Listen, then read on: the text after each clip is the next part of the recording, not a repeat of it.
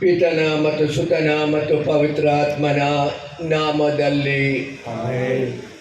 ಪ್ರಿಯ ಸಹೋದರ ಸಹೋದರರೇ, ತಪಸ್ಸು ಕಾಲದ ಪ್ರಾರಂಭದಿಂದ ನಮ್ಮ ಹುನ್ಮನಗಳನ್ನು ದಾನ ಧರ್ಮಗಳಿಂದಲೂ ಜಪತಪಗಳಿಂದಲೂ ಸಿದ್ಧಪಡಿಸಿದ್ದೇವೆ.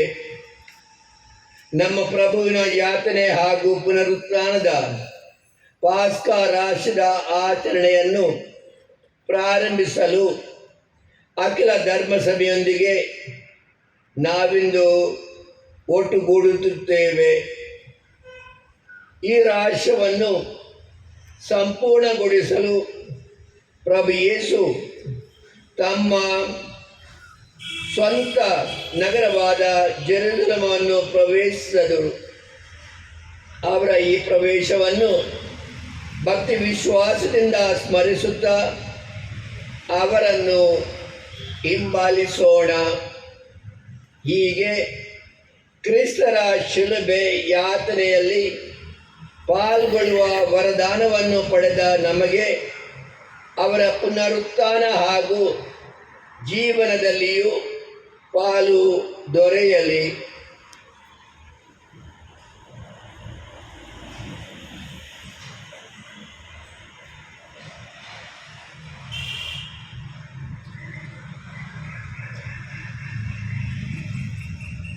ಪ್ರಾರ್ಥಿಸೋಣ.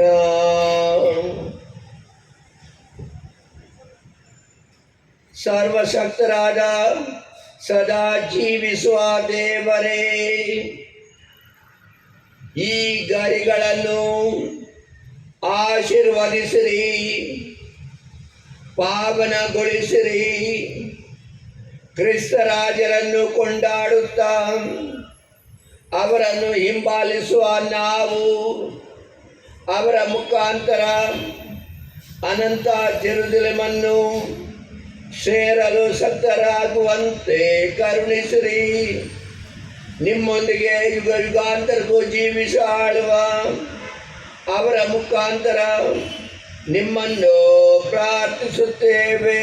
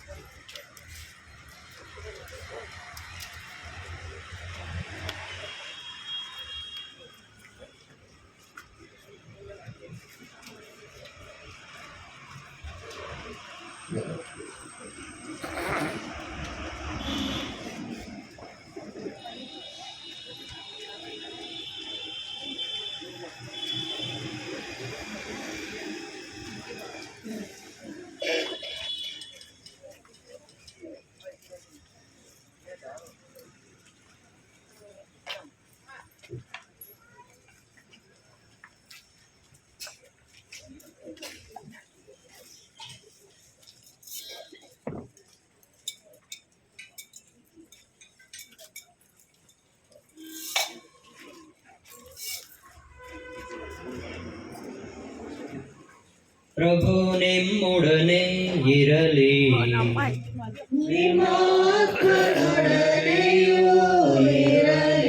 ಸಂತ ಮತ್ತಾಯರು ಬರೆದ ಪವಿತ್ರ ಶುಭ ಸಂದೇಶದಿಂದ ವಾಚನ. ಪ್ರಭು ನಿಮಗೆ ಮಹಿಮೆ ಸಲ್ಲಲಿ. ಯೇಸು ಸ್ವಾಮಿ ಮತ್ತು ಅವರ ಜೊತೆಯಲ್ಲಿದ್ದವರು ಜೆರುಸಲೇಮನ್ನು ಸಮೀಪಿಸಿದರು. ಒಲಿವ್ ಗುಡ್ಡದ ಬಳಿಯಿರುವ ಬೆತ್ಫಗೆ ಎಂಬ ಊರನ್ನು ಸೇರಿದರು.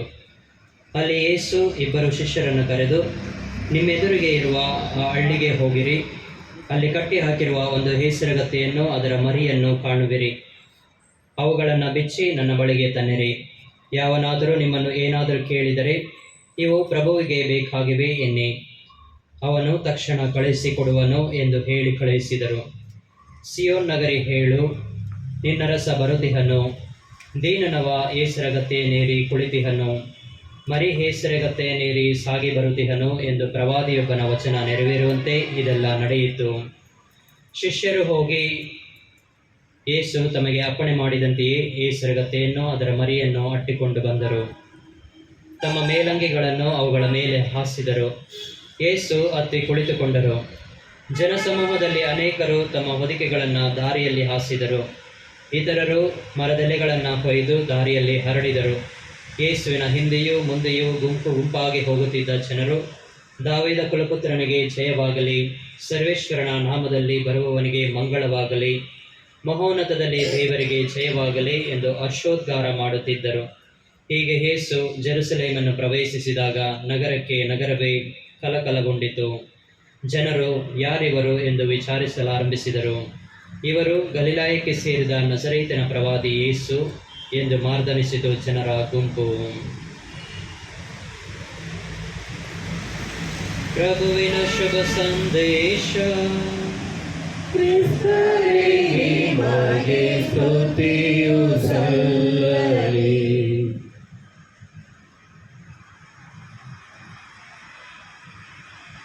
ಪ್ರಿಯರೇ, ಈಗ ನಾವು ಮೆರವಣಿಗೆಯಲ್ಲಿ ದೇವಾಲಯಕ್ಕೆ ಹೋಗುತ್ತೇವೆ. ಮೆರವಣಿಗೆ ಮೊದಲು ವೇದಿ ಮಕ್ಕಳು, ಆಲ್ಟರ್ ಬಾಯ್ಸ್, ಗರ್ಲ್ಸ್ ವಿತ್ ಕ್ರೂಸಿಫಿಕ್ಸ್, ಆಮೇಲೆ ಗುರುಗಳು, ಪ್ರಧಾನ ಯಾಜಕರು, ಆಮೇಲೆ ಇತರ ಭಕ್ತಾದಿಗಳು ಭಕ್ತಿಯಿಂದ ಹಾಡುತ್ತಾ ನಾವು ಆ ಪ್ರಭುವಿನೊಡನೆ ಸೇರಿ ಜೆರುಸಲೇಮ್ ದೇವಾಲಯಕ್ಕೆ ಅವರು ಹೋದ ಹಾಗೆ ನಾವು ಸಹ ನಮ್ಮ ದೇವಾಲಯಕ್ಕೆ ಭಕ್ತಿಯಿಂದ ಸಾಗೋಣ.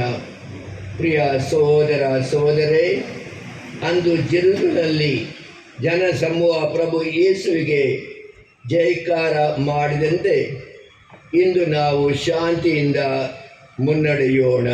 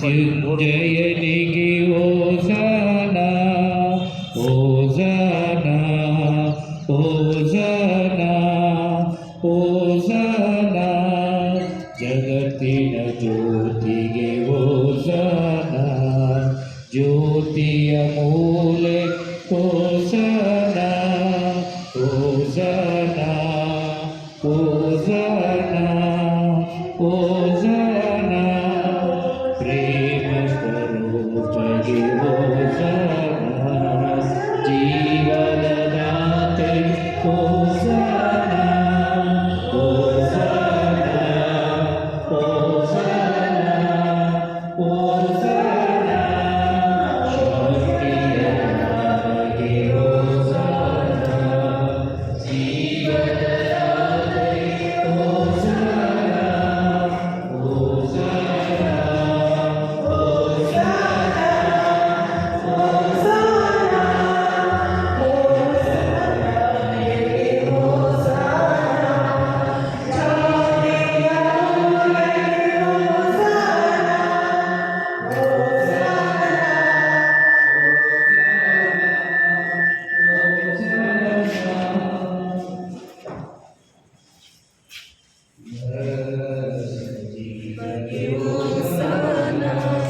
ಸರ್ವರ ಪಾಲಿಗೆ ಹೋಸಾನ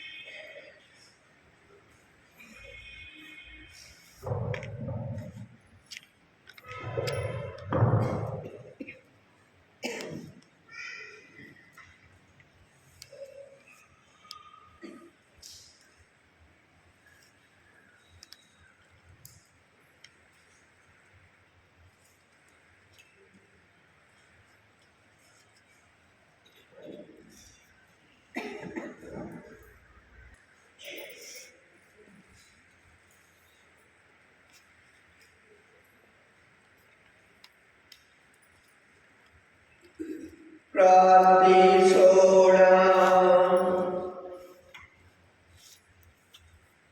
ಸರ್ವಶಕ್ತ ಸದಾ ಜೀವಿಸುವ ದೇವರೇ, ಮಾನವ ಕುಲಕ್ಕೆ ದೀನತೆಯ ಆದರ್ಶವನ್ನು ಈಯಲು ನಮ್ಮ ರಕ್ಷಕರು ಮಾನವರಾಗಿ ಶಿಲುಬೆ ಮರಣಕ್ಕೆ ಒಳಗಾಗುವಂತೆ ಮಾಡಿದಿರಿ. ನಮ್ಮ ಜೀವನದಲ್ಲಿ ಅವರ ಸಾಲಿಯ ಆದರ್ಶವನ್ನು ಅನುಸರಿಸಿ ನಾವು ಅವರ ಪುನರುತ್ಥಾನದಲ್ಲಿ ಭಾಗಿಗಳಾಗುವಂತೆ ದಯೆಯಿಂದ ಕರುಣಿಸಿರಿ. ನಿಮ್ಮೊಂದಿಗೆ ಪವಿತ್ರಾತ್ಮರ ಐಕ್ಯದಲ್ಲಿ ದೇವರಾಗಿ ಯುಗ ಯುಗಾಂತರಕ್ಕೂ ಜೀವಿಸಿ ಆಳುವ ಅವರ ಮುಖಾಂತರ ನಿಮ್ಮನ್ನು ಪ್ರಾರ್ಥಿಸುತ್ತೇವೆ.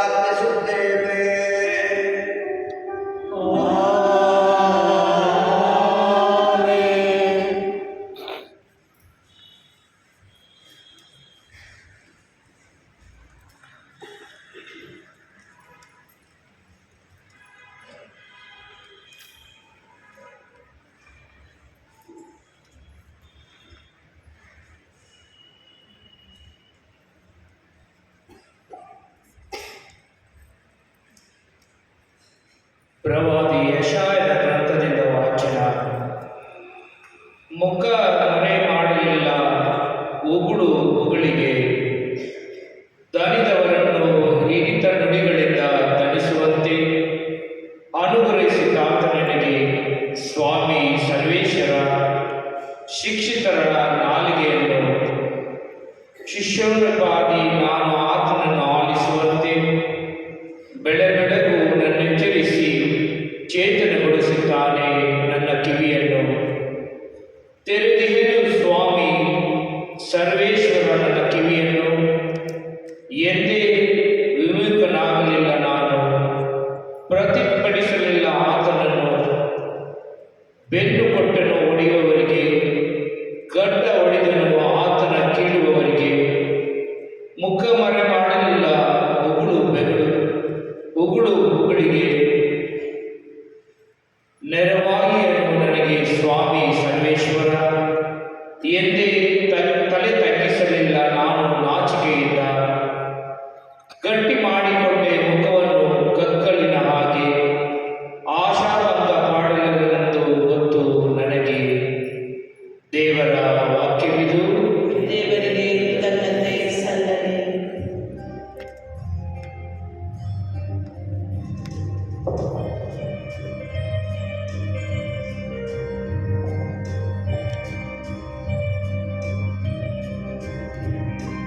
ಪ್ರಭು ಯೇಸು ಇನ್ನೊಮ್ಮೆ ಬರುವ, ಮಾನವನಿಯಾರೆಂದು ಕೇಳುವ, ನಿನ್ನನ್ನು ನಾನರಿಯೇರುವ, ಹೋಗೆಂದು ಬದಲಾಗಿ ನಡೆವ. ಇದು ಇದಕ್ಕೆ ಓ ಮಾನವ, ಮನದಿರುಗಿ ಅವನನ್ನು ಸೇರು. ಇದು ಇದಕ್ಕೆ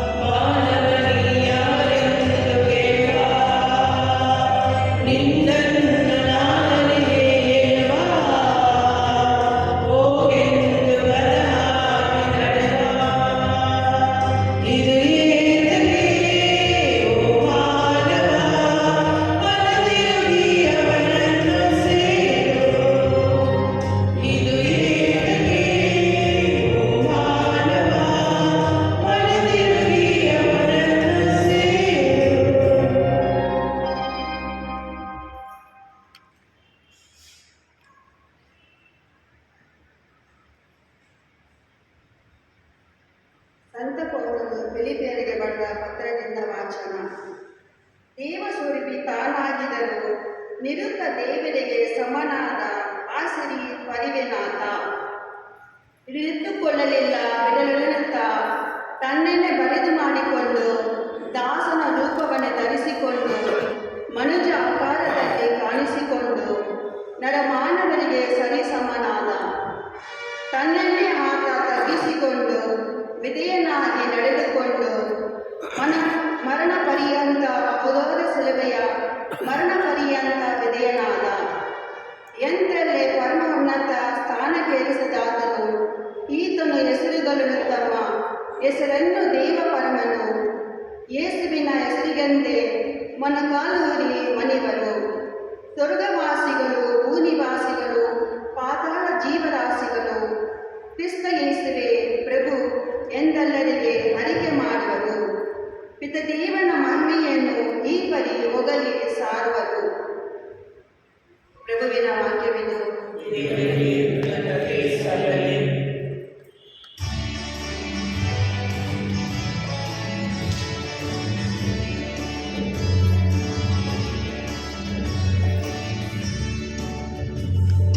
ದೇವರ ವಾಕ್ಯವಾದ ಪ್ರಭು ಯೇಸುವೇ, ನಿಮಗೆ ಸದಾ ಮಹಿಮೆ ಸಲ್ಲಲಿ. ದೇವರ ವಾಕ್ಯವಾದ ಪ್ರಭು ಯೇಸುವೇ, ನಿಮಗೆ ಸದಾ ಮಹಿಮೆ ಸಲ್ಲಲಿ.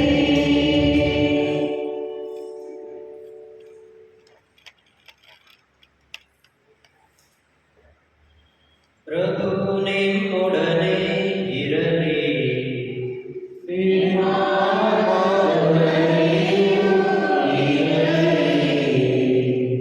ಸಂತ ಮತ್ತಾಯರು ಬರೆದ ಪವಿತ್ರ ಶುಭ ಸಂದೇಶದಿಂದ ವಾಚನ.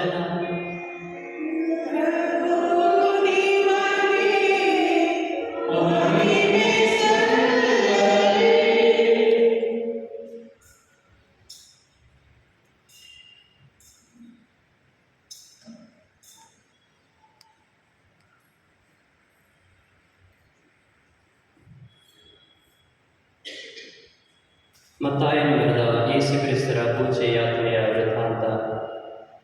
12 ಮಂದಿ ಶಿಷ್ಯರಲ್ಲಿ ಒಬ್ಬನಾದ ಇಸ್ಕರಿಯೋತಿನ ಯೂದ ಎಂಬಾತ ಮುಖ್ಯ ಯಾಜಕರ ಬಳಿಗೆ ಹೋದನು.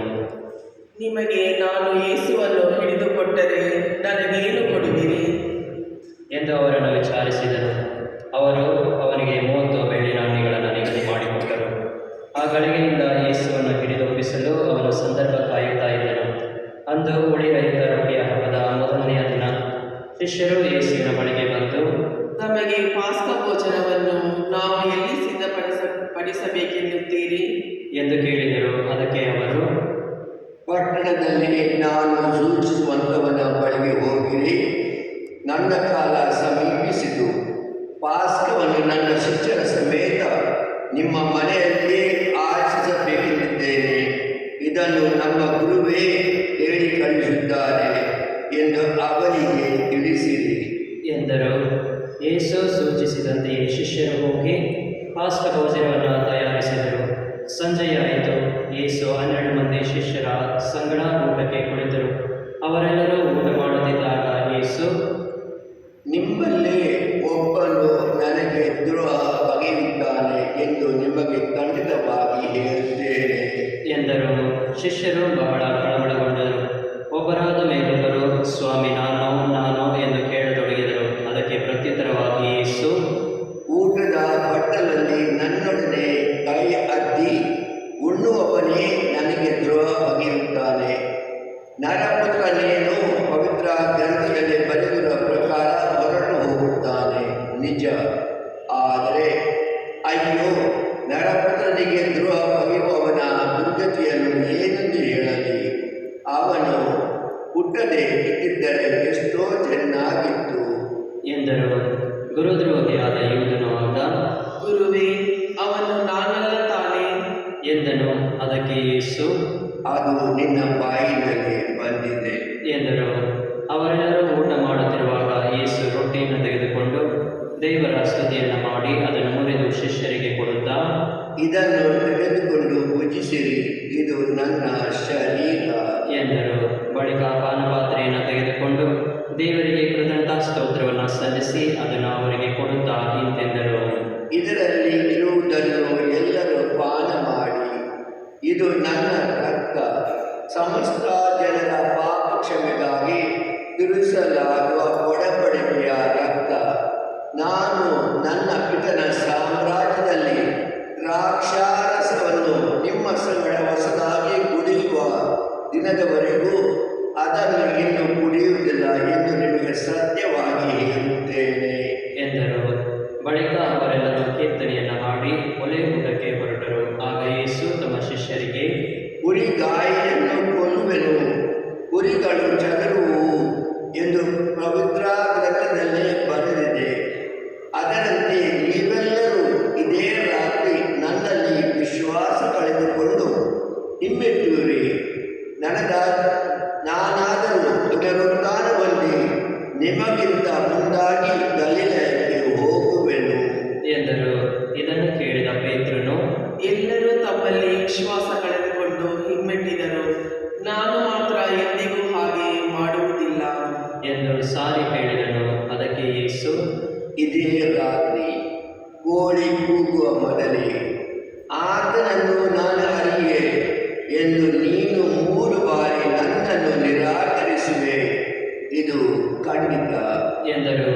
ಅದಕ್ಕೆ ಪೇತ್ರನು, ನಾನು ತಮ್ಮೊಡನೆ ಸಾಯಬೇಕಾಗಿ ಬಂದರೂ ಸರಿಯೇ, ತಮ್ಮನ್ನು ಮಾತ್ರ ನಿರಾಕರಿಸಿನು ಎಂದು ನುಡಿದನು. ಅದರಂತೆಯೇ ಉಳಿದ ಶಿಷ್ಯರು ದನಿಗೂಡಿಸಿದರು. ಅನಂತರ ಯೇಸು ಸ್ವಾಮಿ ಅವರೊಡನೆ ಗೆತ್ಸೆಮನೆ ಎಂಬ ತೋಪಿಗೆ ಬಂದರು. ಅಲ್ಲಿ ಶಿಷ್ಯರಿಗೆ, ನಾನು ಅತ್ತ ಹೋಗಿ ಪ್ರಾರ್ಥನೆ ಮಾಡಿ ಬರುವವರೆಗೂ ನೀವು ಇಲ್ಲೇ ಕುಳಿತಿರಿ ಎಂದರು. ಬಳಿಕ ಪೇತ್ರನನ್ನು ಜೆಬೆದಾಯನ 2 ಕುಮಾರರನ್ನು ತಮ್ಮೊಂದಿಗೆ ಕರೆದುಕೊಂಡು ಮುಂದಕ್ಕೆ ಹೋದರು. ಅಲ್ಲಿ ಸ್ವಾಮಿ ಚಿಂತಾಕ್ರಾಂತರಾದರು, ದುಃಖಭರಿತರಾದರು. ನನ್ನ ಮನೋವೇದನೆ ಪ್ರಾಣ ಹಿಡಿಯುವಷ್ಟು ತೀವ್ರವಾಗಿದೆ, ನೀವು ಇಲ್ಲೇ ಇದ್ದು ನನ್ನೊಡನೆ ಎಚ್ಚರವಾಗಿರಿ ಎಂದರು. ಅನಂತರ ಅವರು ಅಲ್ಲಿಂದ ಇನ್ನೂ ಸ್ವಲ್ಪ ಮುಂದಕ್ಕೆ ಹೋಗಿ ನೆಲದ ಮೇಲೆ ಅಧೋಮುಖವಾಗಿ ಬಿದ್ದು ಪ್ರಾರ್ಥನೆ ಮಾಡಿದರು. ನನ್ನ ಪಿತನೇ, ಸಾಧ್ಯವಾದರೆ ಈ ಕಷ್ಟದ ಕೊಡವು ನನ್ನಿಂದ ದೂರವಾಗಲಿ, ಆದರೂ ನನ್ನ ಚಿತ್ತದಂತೆ ಅಲ್ಲ, ನಿಮ್ಮ ಚಿತ್ತದಂತೆಯೇ ಆಗಲಿ ಎಂದರು. ಅನಂತರ ಆ 3 ಶಿಷ್ಯರ ಬಳಿಗೆ ಬಂದು ಅವರು ನಿದ್ರಿಸುತ್ತಿರುವುದನ್ನು ಕಂಡರು. ಪೇತ್ರನನ್ನು ಉದ್ದೇಶಿಸಿ, ಏನಿದು, 1 ಗಂಟೆಯಾದರೂ ನನ್ನೊಡನೆ ಎಚ್ಚರವಾಗಿರಲು ನಿಮ್ಮಿಂದ ಆಗದೆ ಹೋಯಿತೆ? ಪ್ರಲೋಭನೆಗೆ ಒಳಗಾಗುವಂತೆ ಎಚ್ಚರವಾಗಿದ್ದು ಪ್ರಾರ್ಥನೆ ಮಾಡಿರಿ. ಆತ್ಮಕ್ಕೇನು ಆಸಕ್ತಿ ಇದೆ, ಆದರೆ ದೇಹಕ್ಕೆ ಶಕ್ತಿ ಸಾಲದು ಎಂದರು. 2ನೇ ಬಾರಿ ಹಿಂದಕ್ಕೆ ಹೋಗಿ ಇಂತೆಂದು ಪ್ರಾರ್ಥನೆ ಮಾಡಿದರು. ನನ್ನ ಪಿತನೇ, ನಾನು ಸೇವಿಸದ ಹೊರತು ಈ ಕಷ್ಟದ ಕೊಡ ನನ್ನಿಂದ ತೊಲಗದಾದರೆ ಅದು ನಿಮ್ಮ ಚಿತ್ತದಂತೆಯೇ ಆಗಲಿ. ಯೇಸು ಮರಳಿ ಆ ಶಿಷ್ಯರ ಬಳಿಗೆ ಬಂದಾಗ ಅವರು ಇನ್ನೂ ನಿದ್ರಾವಸ್ಥೆಯಲ್ಲಿದ್ದರು. ಅವರ ಕಣ್ಣುಗಳು ಭಾರವಾಗಿ ಇದ್ದವು. ಪುನಃ ಅವರನ್ನು ಬಿಟ್ಟು ಹಿಂದಿರುಗಿ 3ನೇ ಬಾರಿ ಅದೇ ಮಾತುಗಳನ್ನು ಕೇಳಿ ಪ್ರಾರ್ಥಿಸಿದರು. ಅದಾದ ಬಳಿಕ ಶಿಷ್ಯರನ್ನು ಸಮೀಪಿಸಿ, ನೀವು ಇನ್ನು ನಿದ್ರಿಸಿ ವಿಶ್ರಮಿಸುತ್ತಾ ಇರುವಿರೋ? ಸಾಕು, ಸಮಯ ಸಮೀಪಿಸಿ ಬಿಟ್ಟಿತು. ನರಪುತ್ರನು ದುರ್ಜನರ ಕೈವಶವಾಗಿದ್ದಾನೆ. ಎದ್ದೇಳಿ ಹೋಗೋಣ, ನನಗೆ ದ್ರೋಹ ಬಗೆಯುವವನು ಹತ್ರವೇ ಇದ್ದಾನೆ, ನೋಡಿ ಎಂದರು. ಯೇಸು ಇನ್ನು ಮಾತನಾಡದಿದ್ದ ಹಾಗೆ 12 ಮಂದಿ ಶಿಷ್ಯರಲ್ಲಿ ಒಬ್ಬನಾದ ಯೂದನು ಅಲ್ಲಿಗೆ ಬಂದನು. ಖಡ್ಗಗಳನ್ನು ಲಾಠಿಗಳನ್ನು ಹಿಡಿದಿದ್ದ ಒಂದು ದೊಡ್ಡ ಗುಂಪು ಅವನೊಂದಿಗೆ ಇತ್ತು. ಮುಖ್ಯ ಯಾಜಕರು, ಜನರ ಪ್ರಮುಖರು ಅವರನ್ನು ಕಳುಹಿಸಿದರು. ನಾನು ಯಾರಿಗೆ ಮುದ್ದಿಡುತ್ತೇನೋ ಆತನೇ ಆ ವ್ಯಕ್ತಿ, ಆತನನ್ನು ಹಿಡಿದುಕೊಳ್ಳಿ ಎಂದು ಆ ಗುರುದ್ರೋಹಿ ಅವರಿಗೆ ಮೊದಲೇ ಸೂಚನೆ ಕೊಟ್ಟಿದ್ದನು. ಅದರಂತೆಯೇ ಅವನು ಯೇಸುವಿನ ಸಮೀಪಕ್ಕೆ ನೇರವಾಗಿ ಬಂದು, ಗುರುವೇ ನಮಸ್ಕಾರ ಎಂದು ಹೇಳುತ್ತಾ ಅವರಿಗೆ ಮುದ್ದಿಟ್ಟನು. ಯೇಸು ಅವನಿಗೆ, ಮಿತ್ರ, ನೀನು ಮಾಡಬಲ್ಲ ಕಾರ್ಯವನ್ನು ಮಾಡಿ ಮುಗಿಸು ಎಂದರು. ಆಗ ಆ ಜನರು ಹತ್ತಿರಕ್ಕೆ ಬಂದು ಯೇಸುವನ್ನು ಹಿಡಿದು ಬಂಧಿಸಿದರು. ಕೂಡಲೇ ಯೇಸುವಿನ ಸಂಗಡ ಇದ್ದ ಒಬ್ಬನು ತನ್ನ ಖಡ್ಗವನ್ನು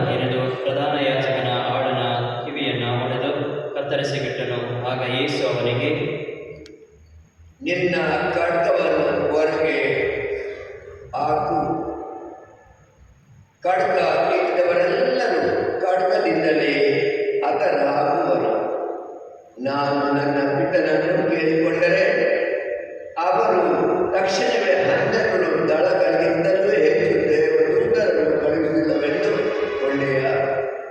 ಆದರೆ ಈ ಪ್ರಕಾರವೇ ಆಗಬೇಕು ಎನ್ನುವ ಪವಿತ್ರಾಗ್ರಂಥದ ವಾಕ್ಯ ನೆರವೇರುವುದಾದರೂ ಹೇಗೆ ಎಂದರು. ಅದೇ ಸಂದರ್ಭದಲ್ಲಿ ಯೇಸು ಜನರ ಗುಂಪನ್ನು ಉದ್ದೇಶಿಸಿ, ಧರಣೆಗಾರರನ್ನು ಇಡುವುದಕ್ಕೋ ಎಂಬಂತೆ ಖಡ್ಗಗಳನ್ನು ಲಾಠಿಗಳನ್ನು ಹಿಡಿದುಕೊಂಡು ನನ್ನನ್ನು ಬಂಧಿಸಲು ಬರಬೇಕಾಗಿದ್ದೆ. ನಾನು ಪ್ರತಿದಿನವೂ ಮಹಾದೇವಾಲಯದಲ್ಲಿ ಕುಳಿತು ಬೋಧನೆ ಮಾಡುತ್ತಾ ಇದ್ದೆ. ಆಗ ನೀವು ನನ್ನನ್ನು ಬಂಧಿಸಲಿಲ್ಲ. ಆದರೆ ಪವಿತ್ರಾಗ್ರಂಥದ ಪ್ರವಾದನೆಗಳು ಈಗಲಂತೆ ಇದೆಲ್ಲ ಜರುಗುವುದು ಎಂದರು. ಆಗ ಶಿಷ್ಯರೆಲ್ಲರೂ ಯೇಸುವನ್ನು ತೊರೆದು ಪಲಾಯನ ಮಾಡಿದರು. ಬಳಿಕ ಯೇಸುವನ್ನು ಬಂಧಿಸಿದ್ದವರು ಅವರನ್ನು ಪ್ರಧಾನ ಯಾಜಕ ಕಾಯಫನ ಬಳಿಗೆ ಕರೆದೊಯ್ದರು. ಅಲ್ಲಿ ಧರ್ಮಶಾಸ್ತ್ರಿಗಳು ಪ್ರಮುಖರು ಸಭೆ ಸೇರಿದರು. ಪೇತ್ರನಾದರೂ ದೂರದಿಂದ ಯೇಸುವನ್ನು ಹಿಂಬಾಲಿಸುತ್ತಿದ್ದನು. ಅವನು ಪ್ರಧಾನ ಯಾಜಕನ ಭವನದವರೆಗೂ ಬಂದು ಹೊರಾಂಗಣವನ್ನು ಹೊಕ್ಕು ಪಹರೆಯವರ ಜೊತೆ ಕುಳಿತುಕೊಂಡನು. ಇದೆಲ್ಲ ಹೇಗೆ ಕೊನೆಗೊಳ್ಳುವುದೆಂದು ನೋಡಬೇಕೆಂಬ ಉದ್ದೇಶ ಅವನದಾಗಿತ್ತು. ಇತ್ತ ಮುಖ್ಯ ಯಾಜಕರು, ಉಚ್ಚ ನ್ಯಾಯಸಭೆಯ ಸದಸ್ಯರೆಲ್ಲರೂ ಯೇಸುವನ್ನು ಮರಣದಂಡನೆಗೆ ಗುರಿಪಡಿಸುವ ಸಲುವಾಗಿ ಸುಳ್ಳು ಸಾಕ್ಷಿಯನ್ನು ಹುಡುಕುತ್ತಿದ್ದರು. ಹಲವಾರು ಸುಳ್ಳು ಸಾಕ್ಷಿಗಳು ಮುಂದೆ ಬಂದರು. ಆದರೂ ಸರಿಯಾದ ಒಂದು ಸಾಕ್ಷ್ಯವೂ ಅವರಿಗೆ ದೊರಕಲಿಲ್ಲ. ಕಡೆಗೆ ಇಬ್ಬರು ಮುಂದೆ ಬಂದು, ಮಹಾದೇವಾಲಯವನ್ನು ಕೆಡವಿಬಿಟ್ಟು ಅದನ್ನು 3 ದಿನಗಳಲ್ಲಿ ಮರಳಿ ಕಟ್ಟುವ ಶಕ್ತಿ ನನಗಿದೆ ಎಂದು ಇದನ್ನು ಹೇಳಿದ್ದಾರೆ ಎಂದರು. ಆಗ ಪ್ರಧಾನ ಯಾಜಕನು ಎದ್ದು ನಿಂತು ಯೇಸುವನ್ನು ನೋಡಿ, ಈ ಜನರು ನಿನ್ನ ವಿರುದ್ಧ ತಂದಿರುವ ಆರೋಪಣೆಗಳನ್ನು ಕೇಳುತ್ತಿರುವೆಯಾ? ಇವುಗಳಿಗೆ ನಿನ್ನ ಉತ್ತರ ಏನು ಎಂದು ಪ್ರಶ್ನಿಸಿದನು. ಆದರೆ ಯೇಸು ಮೌನವಾಗಿದ್ದನು. ಜೀವಂತ ದೇವರ ಮೇಲೆ ಆಣೆಯಿರಿಸಿ ನಾನು ನಿನ್ನನ್ನು ಕೇಳುತ್ತಿದ್ದೇನೆ. ನೀನು ದೇವರ ಪುತ್ರ ಹಾಗೂ ಅಭಿಷಿಕ್ತನಾದ ಲೋಕೋದ್ಧಾರಕನು ನಮಗೆ ಹೇಳು ಎಂದನು ಆ ಪ್ರಧಾನ ಯಾಜಕ. ಅದಕ್ಕೆ ಯೇಸು, ಅದು ನಿಮ್ಮ ಬಾಯಿಂದಲೇ ಬಂದಿದೆ. ಮಾತ್ರವಲ್ಲ, ನಾನು ಹೇಳುವುದನ್ನು ಕೇಳಿ. ನರಪುತ್ರನು ಸರ್ವಶಕ್ತ ದೇವರ ಬಲಗಡೆ ಆಸೀನವಾಗುವುದನ್ನು, ಆಕಾಶದ ಮೇಘಗಳ ಮೇಲೆ ಬರುವುದನ್ನು ಇನ್ನು ಮುಂದಕ್ಕೆ ಕಾಣುವಿರಿ ಎಂದರು. ಇದನ್ನು ಕೇಳಿದೆ ಪ್ರಧಾನ ಯಾಜಕನು ತನ್ನ ಉಡುಪನ್ನು ಕೋಪದಿಂದ ಹರಿದುಕೊಂಡನು. ಇವನು ದೇವದೂಷಣೆ ಆಡಿದ್ದಾನೆ. ಇನ್ನು ನಮಗೆ ಸಾಕ್ಷಿಗಳು ಏತಕ್ಕೆ? ಇವನಾಡಿದ ದೇವದೂಷಣೆಯನ್ನು ನೀವೇ ಕೇಳಿದ್ದೀರಿ. ಈಗ ನಿಮ್ಮ ತೀರ್ಮಾನ ಏನು ಎಂದು ಕೇಳಿದನು. ಅವರು, ಇವನಿಗೆ ಮರಣದಂಡನೆ ಆಗಬೇಕು ಎಂದು ಉತ್ತರ ಕೊಟ್ಟರು. ಬಳಿಕ ಅವರು ಯೇಸುವಿನ ಮುಖದ ಮೇಲೆ ಉಗುಳಿದರು, ಅವರನ್ನು ಗುದ್ದಿದರು. ಕೆಲವರು ಅವರ ಕೆನ್ನೆಗೆ ಹೊಡೆದು, ಎಲೆ ಕ್ರಿಸ್ತ, ನಿನ್ನನ್ನು ಹೊಡೆದವರಾರು? ನಮಗೆ ಪ್ರವಾದಿಸಿ ಹೇಳು ಎಂದರು. ಇತ್ತ ಪೇತ್ರನು ಹೊರಾಂಗಣದಲ್ಲಿ ಕುಳಿತಿದ್ದನು. ದಾಸಿಯೊಬ್ಬಳು ಆತನ ಬಳಿಗೆ ಬಂದು, ನೀನು ಸಹ ಗಲಿಲೆಯದ ಯೇಸುವಿನೊಂದಿಗೆ ಇದ್ದವನು ಎಂದಳು. ನೀನು ಹೇಳುವುದು ಏನೆಂದು ನನಗೆ ತಿಳಿಯದು ಎಂದು ಪೇತ್ರನು ಎಲ್ಲರ ಮುಂದೆ ನಿರಾಕರಿಸಿದನು. ಆತ ಅಲ್ಲಿಂದ ಎದ್ದು ಹೆಬ್ಬಾಗಿಲ ಬಳಿಗೆ ಬಂದಾಗ ಇನ್ನೊಬ್ಬ ದಾಸಿ ಆತನನ್ನು ಕಂಡು, ಈತ ನಜರೇತಿನ ಯೇಸುವಿನೊಂದಿಗೆ ಇದ್ದವನೇ ಎಂದು ಅಲ್ಲಿದ್ದವರಿಗೆ ತಿಳಿಸಿದಳು. ಪೇತ್ರನು, ಆ ಮನುಷ್ಯ ಯಾರೋ ನಾನರಿಯೇ ಎಂದು ಆಣೆಯಿಟ್ಟು ಇನ್ನೊಮ್ಮೆ ನಿರಾಕರಿಸಿದನು. ಸ್ವಲ್ಪ ಹೊತ್ತಾದ ಮೇಲೆ ಅಲ್ಲೇ ನಿಂತಿದ್ದವರು ಪೇತ್ರನ ಹತ್ತಿರಕ್ಕೆ ಬಂದು, ಖಂಡಿತವಾಗಿ ನೀನು ಅವರಲ್ಲಿ ಒಬ್ಬನು. ನೀನು ಮಾತನಾಡುವ ರೀತಿಯು ನಿನ್ನನ್ನು ತೋರಿಸಿಕೊಡುತ್ತದೆ ಎಂದು ಹೇಳಿದರು. ಆಗ ಪೇತ್ರನು ತನ್ನನ್ನೇ ಶಪಿಸಿಕೊಳ್ಳಲಾರಂಭಿಸಿ, ಈ ಮನುಷ್ಯನನ್ನು ನಾನು ಖಂಡಿತವಾಗಿ ಅರಿಯೆನು ಎಂದು ಆಣೆಯಿಟ್ಟು ಹೇಳಿದನು. ಆ ಕ್ಷಣವೇ ಕೋಳಿ ಕೂಗಿತು. ಕೋಳಿ ಕೂಗುವ ಮೊದಲೇ ಆತನನ್ನು ನಾನರಿಯೇ ಎಂದು ನನ್ನನ್ನು 3 ಬಾರಿ ನಿರಾಕರಿಸುವೆ ಎಂದ ಸ್ವಾಮಿಯ ನುಡಿ ಪೇತ್ರನ ನೆನಪಿಗೆ ಬಂದಿತು. ಆತನು ಅಲ್ಲಿಂದ ಹೊರಗೆ ಹೋಗಿ ಬಹಳವಾಗಿ ವ್ಯತ್ಯಪಟ್ಟು ಹತ್ತನು. ಬೆಳಗಾಯಿತು. ಎಲ್ಲ ಮುಖ್ಯ ಯಾಜಕರು, ಜನರ ಪ್ರಮುಖರು ಸೇರಿ ಯೇಸುವನ್ನು ಕೊಲ್ಲಿಸುವುದಕ್ಕೆ ಸಮಾಲೋಚನೆ ಮಾಡಿದರು. ಅಂತೆಯೇ ಯೇಸುವಿಗೆ ಬೇಟಿ ಹಾಕಿಸಿ ಅವರನ್ನು ರಾಜ್ಯಪಾಲ ಪಿಲಾತನ ಬಳಿಗೆ ಕರೆದೊಯ್ದು ಆತನ ವಶಕ್ಕೆ ಒಪ್ಪಿಸಿದರು. ಯೇಸು ದಂಡನೆಗೆ ಗುರಿಯಾದರೆಂಬುದನ್ನು ಕಂಡು ಗುರುದ್ರೋಹಿ ಯೂದನು ಪರಿತಾಪಗೊಂಡನು. ಆ 30 ಬೆಳ್ಳಿ ನಾಣ್ಯಗಳನ್ನು ಮುಖ್ಯ ಯಾಜಕರ ಮತ್ತು ಪ್ರಭುಕರ ಬಳಿಗೆ ಮರಳಿ ತಂದನು ನಾನು ನಿರ್ದೋಷಿಯನ್ನು ಹಿಡಿದಿಟ್ಟುಕೊಂಡು ಪಾಪ ಕಟ್ಟಿಕೊಂಡೆ ಎಂದು ಹೇಳಿದನು. ಅದಕ್ಕೆ ಅವರು, ಅದರಿಂದ ನಮಗೇನು, ಅದನ್ನು ನೀನೇ ನೋಡಿಕೋ ಎಂದು ಬಿಟ್ಟರು. ಆಗ ಅವನು ಆ ಹಣವನ್ನು ದೇವಾಲಯದಲ್ಲಿ ಎಸೆದು ಹೊರಟು ಹೋಗಿ ನೇಣು ಹಾಕಿಕೊಂಡು ಸತ್ತನು. ಮುಖ್ಯ ಯಾಜಕರು ಆ ಹಣವನ್ನು ತೆಗೆದುಕೊಂಡು, ಇದು ರಕ್ತದ ಕ್ರಯ, ಇದನ್ನು ಕಾಣಿಕೆ ಕೋಶದಲ್ಲಿ ಹಾಕುವುದು ಸರಿಯಲ್ಲ ಎಂದುಕೊಂಡರು. ಕಡೆಗೆ ಒಂದು ನಿರ್ಧಾರಕ್ಕೆ ಬಂದರು. ಪರದೇಶಿಗಳನ್ನು ಹೂಳುವುದಕ್ಕೋಸ್ಕರ ಕುಂಬಾರನ ಹೊಲವನ್ನು, ಆ ಹಣವನ್ನು ಕೊಟ್ಟು ಕೊಂಡುಕೊಂಡರು. ಈ ಕಾರಣದಿಂದಲೇ ಅದನ್ನು ನೆತ್ತರ ನೆಲ ಎಂದು ಇಂದಿಗೂ ಕರೆಯಲಾಗುತ್ತಿದೆ. ಹೀಗೆ 30 ಬೆಳ್ಳಿ ನಾಣ್ಯಗಳನ್ನೆತ್ತಿ, ಸರ್ವೇಶ್ವರ ಸ್ವಾಮಿ ನನಗಿದ್ದ ಆದೇಶದಂತೆ ಕುಂಬಾರನ ಹೊಲ ಕೊಳ್ಳಲು ಅದನ್ನು ತೆತ್ತರು. ಅಮೂಲ್ಯ ವ್ಯಕ್ತಿಗೆ ಕಟ್ಟಿದ ಬೆಲೆಯದು, ಇಸ್ರಾಯೇಲ್ ಜನರ ಒಪ್ಪಿದ ಮೊತ್ತವದು ಎಂದು ವಚನಿಸಿದ ಪ್ರವಾದಿ ಯೆರೆಮೀಯನ ಮಾತುಗಳು ಈಡೇರಿದವು. ಯೇಸು ಸ್ವಾಮಿಯನ್ನು ರಾಜ್ಯಪಾಲನ ಮುಂದೆ ನಿಲ್ಲಿಸಿದರು. ನೀನು ಯೆಹೂದ್ಯರ ಅರಸನೋ ಎಂದು ರಾಜ್ಯಪಾಲ ಪ್ರಶ್ನಿಸಿದನು. ಅದಕ್ಕೆ ಯೇಸು, ಅದು ನಿಮ್ಮ ಬಾಯಿಂದಲೇ ಬಂದಿದೆ ಎಂದು ಮರುನುಡಿದರು. ಆದರೆ ಮುಖ್ಯ ಯಾಜಕರು ಪೂರ ಪ್ರಮುಖರು ಮಾಡಿದ ಆಪಾದನೆಗಳಿಗೆ ಅವರು ಏನೂ ಉತ್ತರ ಕೊಡಲಿಲ್ಲ. ಆಗ ಪಿಲಾತನು, ಇವರು ನಿನಗೆ ವಿರುದ್ಧ ಇಷ್ಟೆಲ್ಲ ಹೇಳುತ್ತಿರುವುದು ನಿನಗೆ ಕೇಳಿಸುತ್ತಿಲ್ಲವೇ ಎಂದನು. ಯೇಸು ಯಾವುದಕ್ಕೂ ಉತ್ತರ ಕೊಡಲಿಲ್ಲ. ಇದರಿಂದ ರಾಜ್ಯಪಾಲನಿಗೆ ಆಶ್ಚರ್ಯವಾಯಿತು. ಪ್ರತಿ ಪಾಸಹಬ್ಬದ ಸಂದರ್ಭದಲ್ಲಿ ಜನರು ಬಯಸುವ ಒಬ್ಬ ಕೈದಿಯನ್ನು ಬಿಡುಗಡೆ ಮಾಡುವುದು ರಾಜ್ಯಪಾಲನ ಪದ್ಧತಿಯಾಗಿತ್ತು.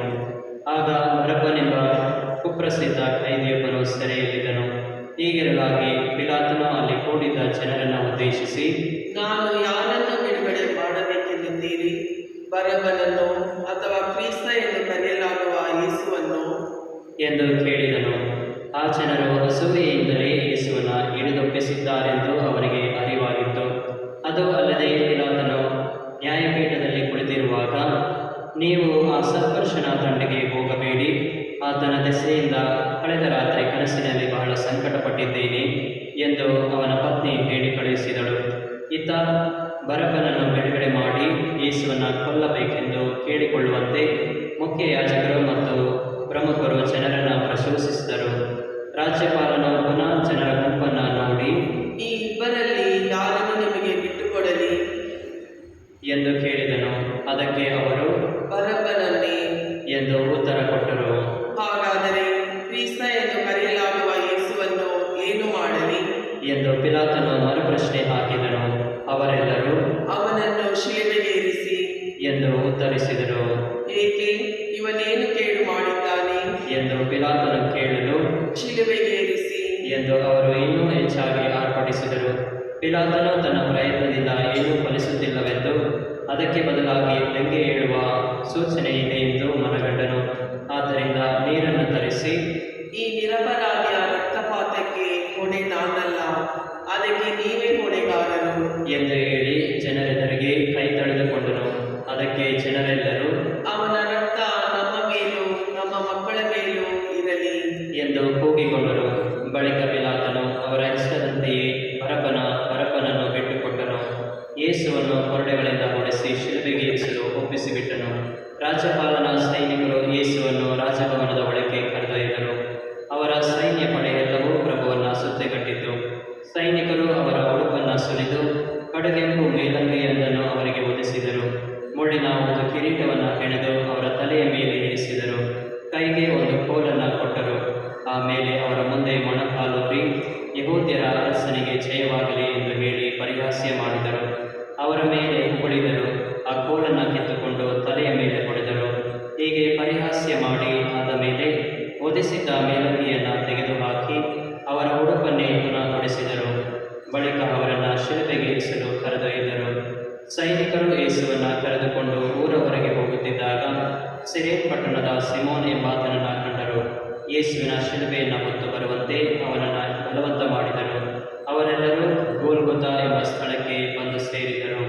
ಗೋಲ್ಗೊಥಾ ಎಂದರೆ ಕಪಾಲ ಸ್ಥಳ ಎಂದರ್ಥ. ಅಲ್ಲಿ ಕಹಿ ಬೆರೆಸಿದ ದ್ರಾಕ್ಷಾರಸವನ್ನು ಯೇಸುವಿಗೆ ಕುಡಿಯಲು ಕೊಟ್ಟರು. ಅವರು ಅದನ್ನು ರುಚಿ ನೋಡಿ ಯೇಸುವಿನ ಶಿಲುಬೆಗೆ ಏರಿಸಿದ ಬಳಿಕ ಅವರ ಉಡುಪಿಗಾಗಿ ಸೈನಿಕರು ಚೀಟು ಹಾಕಿ ತಮ್ಮ ತಮ್ಮೊಳಗೆ ಹಂಚಿಕೊಂಡರು. ಅನಂತರ ಅಲ್ಲೇ ಕುಳಿತು ಕಾವಲು ಕಾಯುತ್ತಾ ಇದ್ದರು. ಈತ ಯೇಸು ಯೆಹೂದ್ಯರ ಅರಸ ಎಂದು ಬರೆದಿದ್ದ ದೋಷಾರೋಪಣೆಯ ಫಲಕವನ್ನು ಅವರ ಶಿರಸ್ಸಿನ ಮೇಲ್ಭಾಗದಲ್ಲಿ ಇಟ್ಟರು. ಯೇಸುವಿನ ಬಲಗಡೆ ಒಬ್ಬನು, ಎಡಗಡೆ ಒಬ್ಬನು, ಹೀಗೆ ಇಬ್ಬರು ಕಳ್ಳರನ್ನು ಅವರ ಸಂಗಡ ಶಿಲುಬೆಗೆ ಏರಿಸಿದರು. ಪಕ್ಕದಲ್ಲಿ ಹಾದು ಹೋಗುತ್ತಿದ್ದ ಜನರು ತಲೆಯಾಡಿಸುತ್ತಾ, ಮಹಾದೇವಾಲಯವನ್ನು ಕೆಡವಿ 3 ದಿನಗಳಲ್ಲಿ ಅದನ್ನು ಮತ್ತೆ ಕಟ್ಟಬಲ್ಲವನೇ, ಈಗ ನಿನ್ನನ್ನು ನೀನೇ ರಕ್ಷಿಸಿಕೋ, ನೀನು ದೇವರ ಪುತ್ರನಾದರೆ ಶಿಲುಬೆಯಿಂದ ಇಳಿದು ಬಾ ಎಂದು ಮೂದಲಿಸಿದರು. ಅಂತೆಯೇ ಮುಖ್ಯಯಾಜಕರು, ಧರ್ಮಶಾಸ್ತ್ರಿಗಳು ಮತ್ತು ಪ್ರಮುಖರು, ಇವನು ಇತರರನ್ನು ರಕ್ಷಿಸಿದ, ಆದರೆ ತನ್ನನ್ನು ತಾನೇ ರಕ್ಷಿಸಿಕೊಳ್ಳಲು ಇವನಿಂದಾಗದು, ಇಸ್ರಾಯೇಲಿನ ಅರಸನಂತೆ ಈಗ ಶಿಲುಬೆಯಿಂದ ಇಳಿದು ಬರಲಿ, ಆಗ ಇವನನ್ನು ನಂಬುತ್ತೇವೆ. ದೇವರಲ್ಲಿ ಭರವಸೆ ಇಟ್ಟಿದ್ದ, ತಾನು ದೇವರ ಪುತ್ರ ಎಂದು ಹೇಳಿಕೊಳ್ಳುತ್ತಿದ್ದ, ದೇವರಿಗೆ ಇಷ್ಟವಾದವನು ಇವನಾಗಿದ್ದರೆ ದೇವರೇ ಬಂದು ಇವನನ್ನು ಬಿಡುಗಡೆ ಮಾಡಲಿ ಎಂದು ಅಪಹಾಸ್ಯ ಮಾಡುತ್ತಿದ್ದರು. ಯೇಸುವಿನೊಡನೆ ಶಿಲುಬೆಗೆ ಏರಿಸಲಾಗಿದ್ದ ಕಳ್ಳರು ಕೂಡ ಅದೇ ರೀತಿ ಅಣಕಿಸಿದರು. ಆಗ ನಡುಮಧ್ಯಾಹ್ನ ಆಗಿನಿಂದ 3 ಗಂಟೆಯವರೆಗೂ ನಾಡಿನಲ್ಲೆಲ್ಲ ಕತ್ತಲೆ ಕವಿಯಿತು. ಸುಮಾರು 3 ಗಂಟೆಯ ಸಮಯದಲ್ಲಿ ಯೇಸು ಸ್ವಾಮಿ,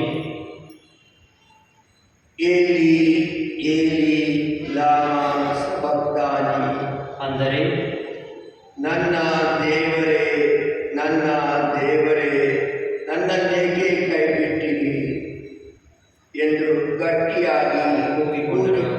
ಅಲ್ಲಿ ನಿಂತಿದ್ದವರಲ್ಲಿ ಕೆಲವರು ಇವರನ್ನು ಕೇಳಿ, ಇವನು ಎಲಿಯನನ್ನು ಕರೆಯುತ್ತಿದ್ದಾನೆ ಎಂದರು. ಕೂಡಲೇ ಅವರೆಲ್ಲವನ್ನು ಓಡಿ ಹೋಗಿ ಸ್ಪಂಜನ್ನು ತೆಗೆದುಕೊಂಡು ಬಂದು ಅದನ್ನು ಹುಳಿ ರಸದಲ್ಲಿ ತೋಯಿಸಿ ಒಂದು ಕೋಲಿನ ತುದಿಗೆ ಸಿಕ್ಕಿಸಿ ಯೇಸುವಿಗೆ ಕುಡಿಯಲು ಕೊಟ್ಟನು. ಮಿಕ್ಕವರು, ತಾಳು, ಇವನನ್ನು ರಕ್ಷಿಸಲು ಎಲಿಯನು ಬರುವನು, ನೋಡೋಣ ಎಂದರು. ಯೇಸು ಮತ್ತೊಮ್ಮೆ ಗಟ್ಟಿಯಾಗಿ ಕೂಗಿ ಅಸು ನೀಗಿದರು. ಎಲ್ಲರೂ ಸ್ವಲ್ಪ ಕಾಲ ಮೌನವಾಗಿ ಮೊಣಕಾಲುಗೋಣ.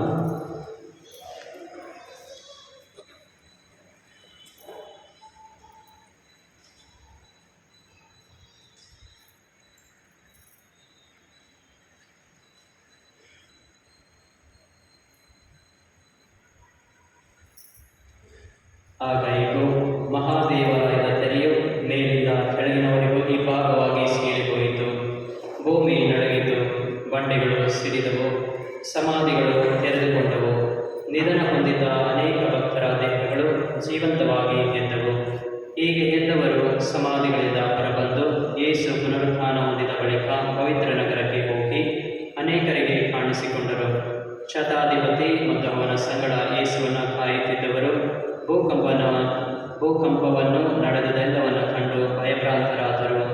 ಸತ್ಯವಾಗಿಯೂ ಈತ ದೇವರ ಪುತ್ರನೇ ಸರಿ ಎಂದರು. ಯೇಸುವನ್ನು ಗಲಿಲಾಯದಿಂದ ಹಿಂಬಾಲಿಸಿ ಬಂದಿದ್ದ ಹಾಗೂ ಅವರ ಸೇವೆ ಮಾಡಿದ ಮಹಿಳೆಯರು ಅಲ್ಲಿದ್ದರು. ಅವರು ಇದೆಲ್ಲವನ್ನು ದೂರದಿಂದ ನೋಡುತ್ತಾ ಇದ್ದರು. ಅವರಲ್ಲಿ ಮಗ್ದಲದ ಮರಿಯಳು ಮತ್ತು ಜೆಬೆದಾಯನ ಮಕ್ಕಳ ತಾಯಿ ಇದ್ದರು. ಸಂಜೆಯಾಯಿತು. ಅರಿಮಥಾಯ ಊರಿನ ಯೋಸೇಫ್ ಎಂಬ ಧನವಂತನು ಅಲ್ಲಿಗೆ ಬಂದನು. ಈತನು ಸಹ ಯೇಸುವಿನ ಶಿಷ್ಯನಾಗಿದ್ದನು. ಈತ ಪಿಲಾತನ ಬಳಿಗೆ ಹೋಗಿ ಯೇಸುವಿನ ಪಾರ್ಥಿವ ಶರೀರವನ್ನು ತನಗೆ ಕೊಡಿಸಬೇಕೆಂದು ಬೇಡಿಕೊಂಡನು. ಪಿಲಾತನು ಅದನ್ನು ಅವನಿಗೆ ಕೊಡುವಂತೆ ಅಪ್ಪಣೆ ಮಾಡಿದನು. ಜೋಸೆಫ್ ಅದನ್ನು ತೆಗೆದುಕೊಂಡು ಶುದ್ಧವಾದ ನಾರುಮಡಿ ವಸ್ತ್ರದಲ್ಲಿ ಸುತ್ತಿ ತನಗೆಂದು ಬಂಡೆಯಲ್ಲಿ ಕೊರೆಯಲಾಗಿದ್ದ ಹೊಸ ಸಮಾಧಿಯಲ್ಲಿ ಅದನ್ನು ಇರಿಸಿದನು. ಆ ಸಮಾಧಿಯ ದ್ವಾರಕ್ಕೆ ಬಂದು ಒಂದು ದೊಡ್ಡ ಕಲ್ಲನ್ನು ಉರುಳಿಸಿ ಹೊರಟು ಹೋದನು. ಮಗ್ದಲದ ಮರಿಯಳು ಮತ್ತು ಆ ಇನ್ನೊಬ್ಬ ಮರಿಯಳು ಅಲ್ಲೇ ಸಮಾಧಿಗೆ ಎದುರಾಗಿ ಕುಳಿತುಕೊಂಡಿದ್ದರು. ಮಾರನೆಯ ದಿನ, ಅಂದರೆ ಸಿದ್ಧತೆಯ ದಿನ ಕಳೆದ ಮೇಲೆ ಮುಖ್ಯಯಾಜಕರು ಮತ್ತು ಫರಿಸಾಯರು ಕೂಡಿ ಪಿಲಾತನ ಬಳಿಗೆ ಬಂದರು. ಸ್ವಾಮಿ, ಆ ಮೋಸಗಾರ ಬದುಕಿದ್ದಾಗ 3 ದಿನಗಳಾದ ಮೇಲೆ ನಾನು ಪುನರ್ಜೀವಂತನಾಗಿ ಏಳುವೆನು ಎಂದು ಹೇಳಿದ್ದು ನಮಗೆ ಜ್ಞಾಪಕದಲ್ಲಿದೆ. ಆದ್ದರಿಂದ 3ನೆಯ ದಿನದ ತನಕ ಅವನ ಸಮಾಧಿಗೆ ಭದ್ರವಾದ ಕಾವಲಿರಿಸಲು ಅಪ್ಪಣೆಯಾಗಬೇಕು. ಇಲ್ಲದಿದ್ದರೆ ಅವನ ಶಿಷ್ಯರು ಅವನನ್ನು ಕದ್ದುಕೊಂಡು ಹೋಗಿ ಸತ್ತವನು ಬದುಕಿ ಬಂದಿದ್ದಾನೆ ಎಂದು ಜನರಿಗೆ ಹೇಳಬಹುದು. ಆಗ ಮೊದಲನೆಯ ಮೋಸಕ್ಕಿಂತ ಕಡೆಯದೇ ಕಡು ಮೋಸವಾದೀತು ಎಂದು ಕೇಳಿಕೊಂಡರು. ಪಿಲಾತನು ಅವರಿಗೆ, ಕಾವಲುಗಾರರು ಇದ್ದಾರಲ್ಲವೇ, ಹೋಗಿ ನಿಮಗೆ ಬೇಕಾದಂತೆ ಭದ್ರಪಡಿಸಿಕೊಳ್ಳಿ ಎಂದನು. ಅವರು ಹೋಗಿ ಸಮಾಧಿಯ ಕಲ್ಲಿಗೆ ಮುದ್ರೆ ಹಾಕಿ ಕಾವಲಿರಿಸಿ ಸಮಾಧಿಯನ್ನು ಸುಭದ್ರಪಡಿಸಿದರು.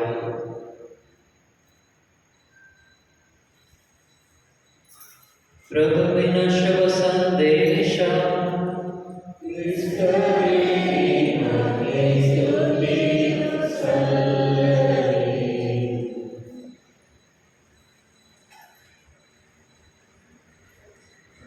ಪ್ರಿಯ ಸಹೋದರ ಸಹೋದರರೇ, ಗರಿಗಳ ಭಾನುವಾರ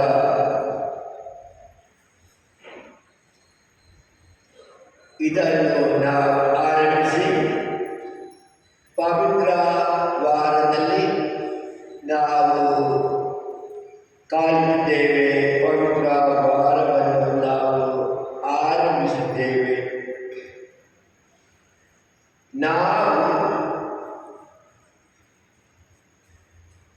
ಜನರು ಯೇಸುವನ್ನು ಕತ್ತೆಯ ಮೇಲೆ ಜೆರುಸಲೇಮಿಗೆ ಪ್ರವೇಶಿಸಿದಾಗ ಹೋಸಾನ ಎಂದು ಕೂಗಿ ಸ್ವಾಗತಿಸಿದ ಹಾಗೆ ನಾವು ಸಹ ಪ್ರಭು ಯೇಸುವನ್ನು ಸ್ವಾಗತಿಸಿದೆವು.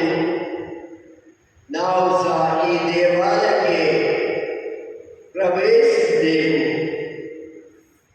ಆದರೆ ನಾವು ಕೇಳಿದ ಪ್ರಕಾರ ಇವತ್ತಿನ ಶುಭ ಸಂದೇಶದಲ್ಲಿ ಕೆಲವೇ ದಿನಗಳಲ್ಲಿ ಅವರು ಆ ಯೇಸುವನ್ನು ಶಿಲುಬೆಗೆ ಏರಿಸಿ ಎಂದು ಕೂಗಿದರು. ಇದು ಮಾನವನ ಹೃದಯದ ಅಸ್ಥಿರತೆಯನ್ನು ತೋರಿಸುತ್ತದೆ, ಚಂಚಲ ಮನಸ್ಸನ್ನು ತೋರಿಸುತ್ತದೆ. ಪ್ರಿಯರೇ, ಕ್ರಿಸ್ತನನ್ನು ನಾವು ಅನುಸರಿಸುವುದು ಸುಖದ ಸಮಯದಲ್ಲಿ ಮಾತ್ರವಲ್ಲ, ಕಷ್ಟದ ಸಮಯದಲ್ಲಿ ಅವರನ್ನು ಅನುಸರಿಸುವುದು, ಅವರು ನಮಗೆ ಹೇಳಿದ ಸಂದೇಶವನ್ನು ಪಾಲಿಸುವುದು ನಮ್ಮ ಕರ್ತವ್ಯವಾಗಿದೆ. ಹೋಸಾನ ಎಂದರೆ ರಕ್ಷಿಸು, ಜೀವ ಕೊಡು, ಶಾಂತಿ ತರು. ಆದರೆ ಶಿಲುಬೆಗೆ ಏರಿಸು, ಕ್ರೂಸಿಫೈ ಎಂದರೆ ಕೊಲ್ಲು, ಹಿಂಸೆ ಮಾಡು, ಮರಣ ತರು. ಮಾನವನು ಯಾವ ಧನ್ಯವನ್ನು ಎನ್ನುತ್ತಾನೆ ಎಂಬುದೇ ಅವರ ಜೀವನದ ದಿಕ್ಕನ್ನು ತೀರ್ಮಾನಿಸುತ್ತದೆ, ತೋರಿಸುತ್ತದೆ. ಪ್ರಿಯ ಸಹೋದರ ಸಹೋದರರೇ, ಇಂದು ಜಗತ್ತಿನಲ್ಲಿ ಸಾವಿರಾರು ಜನರು ಯುದ್ಧದಿಂದ, ಹಿಂಸೆಯಿಂದ, ಅನ್ಯಾಯದಿಂದ ನರಳುತ್ತಿದ್ದಾರೆ. ನಿರಪರಾಧ ಮಕ್ಕಳು, ಕುಟುಂಬಗಳು, ಹಿರಿಯರು ತಮ್ಮ ಜೀವನವನ್ನು ಕಳೆದುಕೊಳ್ಳುತ್ತಿದ್ದಾರೆ. ಈ ದುಃಖದ ನಡುವೆ ಈ ಗರಿಗಳ ಭಾನುವಾರ ನಮಗೆ ಒಂದು ಪ್ರಶ್ನೆ ಕೇಳುತ್ತದೆ. ನಾವು ಯಾವ ದನಿಯನ್ನು ಇಡುತ್ತೇವೆ? ಹೋಸಾನ ಇಲ್ಲವೇ ಅವನನ್ನು ಶಿಲುಬೆಗೆ ಏರಿಸು, ಕ್ರೂಸಿಫೈ? ಯೇಸು ಶಾಂತಿಯ ರಾಜನಾಗಿ ಬಂದನು. ಅವರು ಕತ್ತೆ ಮೇಲೆ ಬಂದದ್ದು ಶಾಂತಿಯ ಸಂಕೇತ. ಆ ಕಾಲದಲ್ಲಿ ಕತ್ತೆ ಅದರ ಮೇಲೆ ಪ್ರಯಾಣ ಮಾಡುವುದು ಶಾಂತಿಯ ದೂತನು ಬರುತ್ತಾನೆ ಎಂಬ ಸಂಕೇತವಾಗಿತ್ತು. ಕುದುರೆಯ ಮೇಲೆ ಹೋದರೆ ಯುದ್ಧಕ್ಕೆ ಹೋಗುತ್ತಾನೆ, ಯುದ್ಧದ ಸಂಕೇತವಾಗಿತ್ತು. ಪ್ರಿಯರೇ, ಪ್ರೀತಿಯೊಂದಿಗೆ ಪ್ರಭು ಯೇಸು ಬರುವನು. ಅವನನ್ನು ದ್ವೇಷದಿಂದ ಜನರು ನೋಡಿದರು. ಪ್ರಿಯ ಸಹೋದರ ಸಹೋದರರೇ,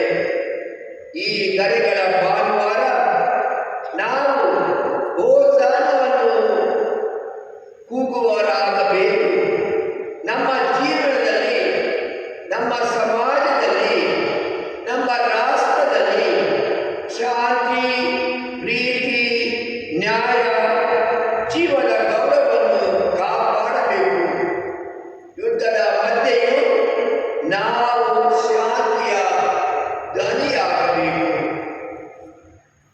ಇವತ್ತಿನ ಮೊದಲನೆಯ ವಾಕ್ಯದಲ್ಲಿ ನಾವು ಏನು ಕೇಳಿದ್ದೇವೆ?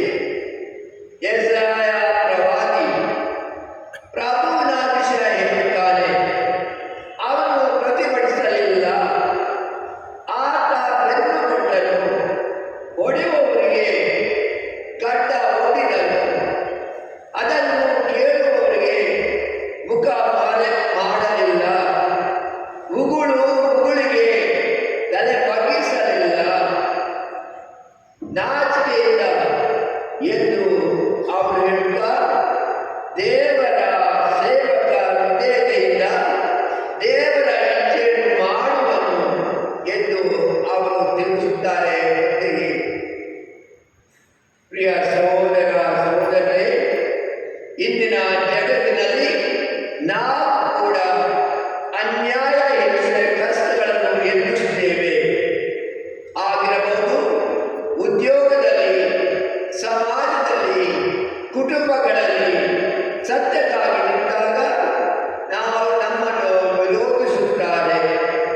ಆದರೆ ದೇವರ ಸಹೋದರರಂತೆ ನಾವು ಧೈರ್ಯದಿಂದ ಸತ್ಯವನ್ನು ಹಿಡಿದುಕೊಳ್ಳಬೇಕು.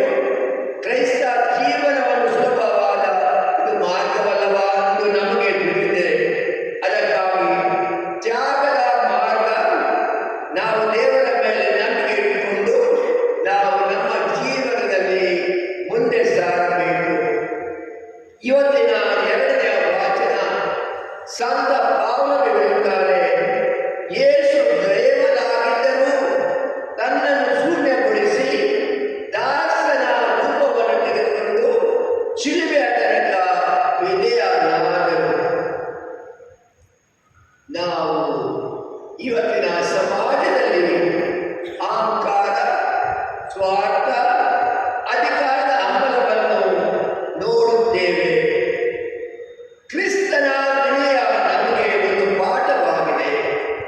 ನಿಜವಾದ ಮಹತ್ವವು ಸೇವೆಯಲ್ಲಿ, ತ್ಯಾಗದಲ್ಲಿ, ಪ್ರೀತಿಯಲ್ಲಿ ಇದೆ ಎಂದು ಅವರು ಇವತ್ತಿನ ಈ ಶುಭ ಸಂದೇಶದಲ್ಲಿ ಹಾಗೂ ಸಂತ ಪೌಲರ ಆ ವಾಕ್ಯದಲ್ಲಿ ನಾವು ಕೇಳುತ್ತೇವೆ.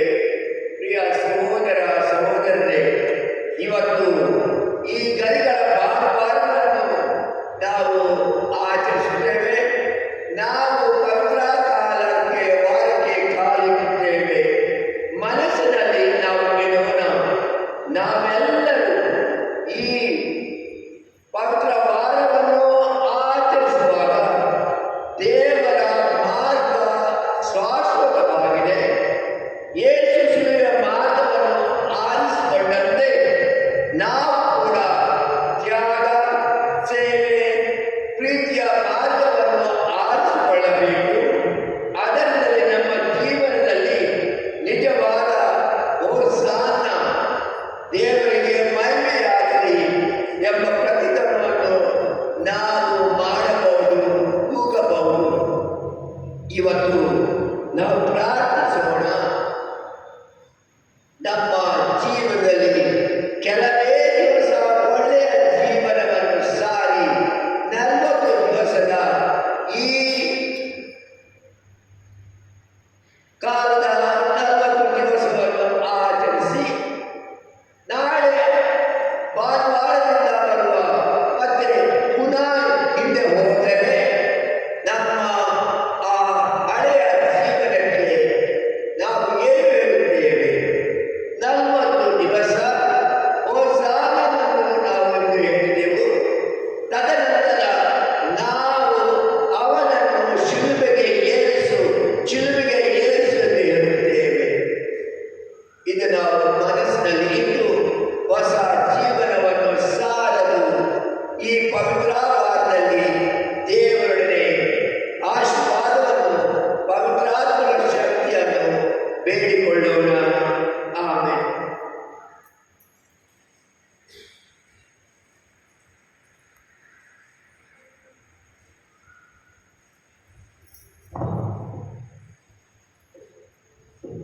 ಬೆಳೆಸಬೇಕು.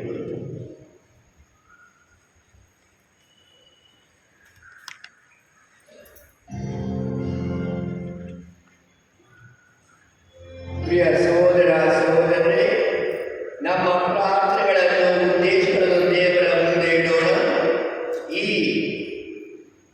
ಪವಿತ್ರ ವಾರ ನಿಜವಾಗಿ ನಮ್ಮ ಜೀವನದಲ್ಲಿ ಪವಿತ್ರವಾಗಿರಲಿ, ಒಳ್ಳೆಯ ಜೀವನವನ್ನು ಸಾರಲು ನಾವು ದೇವರ ಕೃಪಾವರವನ್ನು ಬೇಡಿಕೊಳ್ಳೋಣ.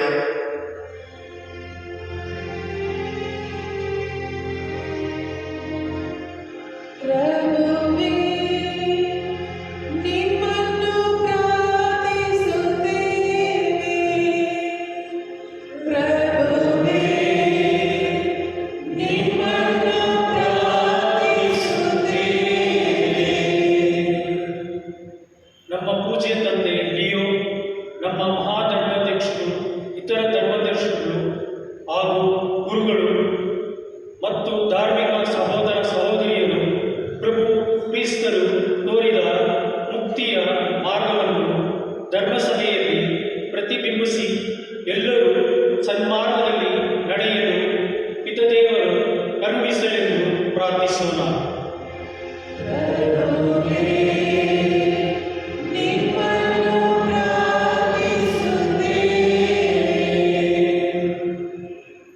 ಪ್ರಭು ಕ್ರಿಸ್ತರು ಎಲ್ಲ ಮಾನವರನ್ನು ರಕ್ಷಣೆಯ ಸನ್ಮಾರ್ಗಕ್ಕೆ ಆಹ್ವಾನಿಸಲೆಂದು ಮುಕ್ತಿಯ ಹಾದಿಯನ್ನು ತೋರ್ಪಡಿಸಿಕೊಟ್ಟರು. ಅಂತೆಯೇ ಮಾನವರೆಲ್ಲರೂ ಅದೇ ಮುಕ್ತಿಯ ಅರಸುತ್ತಾ ಬಾಳಲು ತಂದೆ ದೇವರು ಅನುಗ್ರಹಿಸಲೆಂದು ಪ್ರಾರ್ಥಿಸೋಣ. ಪ್ರಭುವೇ, ನಿಮ್ಮನ್ನು ಪ್ರಾರ್ಥಿಸುತ್ತೇವೆ. ವಿಶ್ವಾಸಿಗಳು ತಮ್ಮ ಅಹಂಕಾರ ಹಾಗೂ ಅನೀತಿಗಳಿಂದ ದೂರ ಸರಿದು ನಿಂತಾಗ ಅಂಥವರನ್ನು ತೊರೆಯದೆ ತಮ್ಮಲ್ಲಿಗೆ ಪುನಃ ಸೇರಿಸಿಕೊಳ್ಳಲೆಂದು ಪ್ರಾರ್ಥಿಸೋಣ. ಪ್ರಭುವೇ, ನಿಮ್ಮನ್ನು ಪ್ರಾರ್ಥಿಸುತ್ತೇವೆ. ಪಾಪದಿಂದ ಮಲಿನಗೊಂಡಿರುವ ನಮ್ಮ ದೇಹಗಳನ್ನು ಪ್ರಭು ಕ್ರಿಸ್ತರು ಯಾತನೆಗಳಿಂದ ಪರಿಶುದ್ಧಗೊಳಿಸಿ ಮೃತರೊಳಗಿಂದ ನಾವು ಉನ್ನತಗೊಳ್ಳಲೆಂಬ ನಂಬಿಕೆಯಲ್ಲಿ ಜೀವಿಸಲು ಅನುಗ್ರಹಿಸಲೆಂದು ಪ್ರಾರ್ಥಿಸೋಣ. ಪ್ರಭುವೇ, ನಿಮ್ಮನ್ನು ಪ್ರಾರ್ಥಿಸುತ್ತೇವೆ.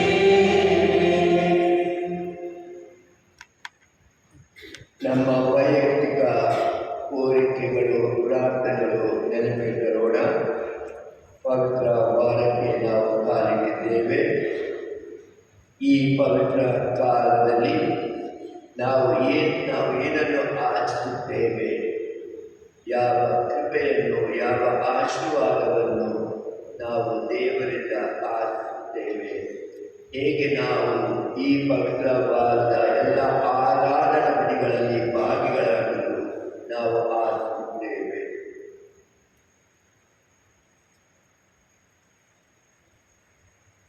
ಪ್ರಭು,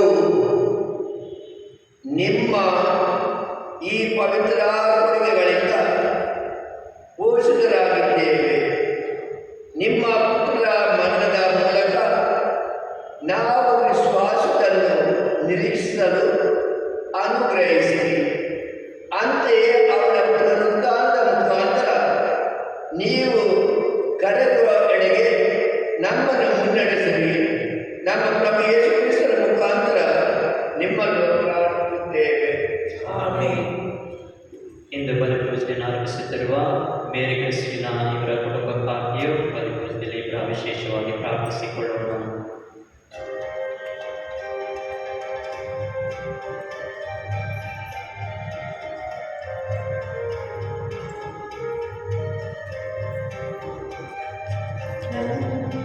ಸಾತ್ವಿಕ ಜೀವನ ನಿನಗೆ ಕೊಡುವೆ ದೇವಾ, ಕೊಡುವೆ ನನ್ನ ಸಾತ್ವಿಕ ಜೀವನ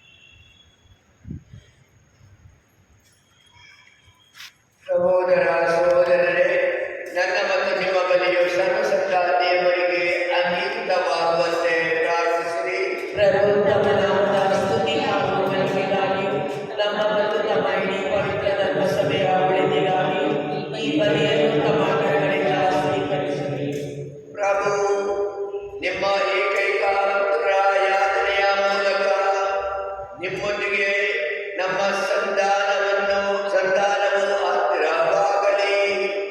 ನಿಮ್ಮ ಸ್ವಂತ ಕಾರ್ಯಗಳಿಂದ ಅದನ್ನು ಗಳಿಸಲು ನಾವು ಅದರಲ್ಲ. ಇಂತಿಂದಲೂ ಅವರ ಈ ಬಲಿಯಾರ್ಪಣೆಯ ಫಲವಾಗಿ ನಿಮ್ಮ ದಯಾ ಸಂಪದಗಳನ್ನು ನಾವು ಇದೀಗಲೇ ಅನುಭವಿಸುತ್ತೆ ಮಾಡಿರಿ. ನಮ್ಮ ಪ್ರಭು ಯೇಸು ಕ್ರಿಸ್ತರ ಮುಖಾಂತರ ನಿಮ್ಮನ್ನು ಪ್ರಾರ್ಥಿಸುತ್ತೇವೆ.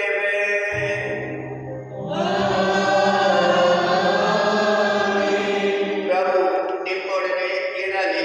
ನಿಮ್ಮ ಆತ್ಮದೊಡನೆ ಇರಲಿ. ನಿಮ್ಮ ಹೃದಯಗಳನ್ನು ಮೇಲಕ್ಕೆ ಎತ್ತಿರಿ. ಪ್ರಭುವಿನ ಕಡೆಗೆ ಇದ್ದೇವೆ. ನಮ್ಮ ಪ್ರಭು ದೇವರಿಗೆ ಕೃತಜ್ಞತೆಯನ್ನು ಸಲ್ಲಿಸೋಣ. ಅದು ಯೋಗ್ಯ ಮತ್ತು ನ್ಯಾಯವಾಗಿದೆ. ಪ್ರಭು ಪವಿತ್ರಾತ್ಮನೇ, ಸರ್ವಶಕ್ತ ನಿತ್ಯ ದೇವರೇ, ನಾವೆಂದೆಂದೂ ನಮ್ಮ ಪ್ರಭು ಯೇಸು ಕ್ರಿಸ್ತರ ಮುಖಾಂತರ ನಿಮಗೆ ಕೃತಜ್ಞತೆಯನ್ನು ಸಲ್ಲಿಸುವುದು ನಿಜವಾಗಿ ಯೋಗ್ಯವೂ ನ್ಯಾಯವೂ ಆಗಿದೆ. ನಮ್ಮ ಕರ್ತವ್ಯವೂ ರಕ್ಷಣೆಯೂ ಆಗಿದೆ. ಏಕೆಂದರೆ ಕ್ರಿಸ್ತರು ನಿರ್ದೋಷಿಯಾಗಿದ್ದರು, ಸ್ವಾಯತ್ತೆಯಿಂದ ಪಾಪಗಳಿಗಾಗಿ ಯಾತನೆ ಅನುಭವಿಸಿದರು. ಅಪರಾಧಿಗಳನ್ನು ರಕ್ಷಿಸುವುದಕ್ಕೆ ಅನ್ಯಾಯವಾದ ದಂಡನೆಯನ್ನು ಸ್ವೀಕರಿಸಿದರು. ಅವರ ಮರಣವು ನಮ್ಮ ಪಾಪ ದೋಷಗಳನ್ನು ತೊಳೆದು ಹಾಕಿದೆ. ಅವರ ಪುನರುತ್ಥಾನವು ನಮ್ಮ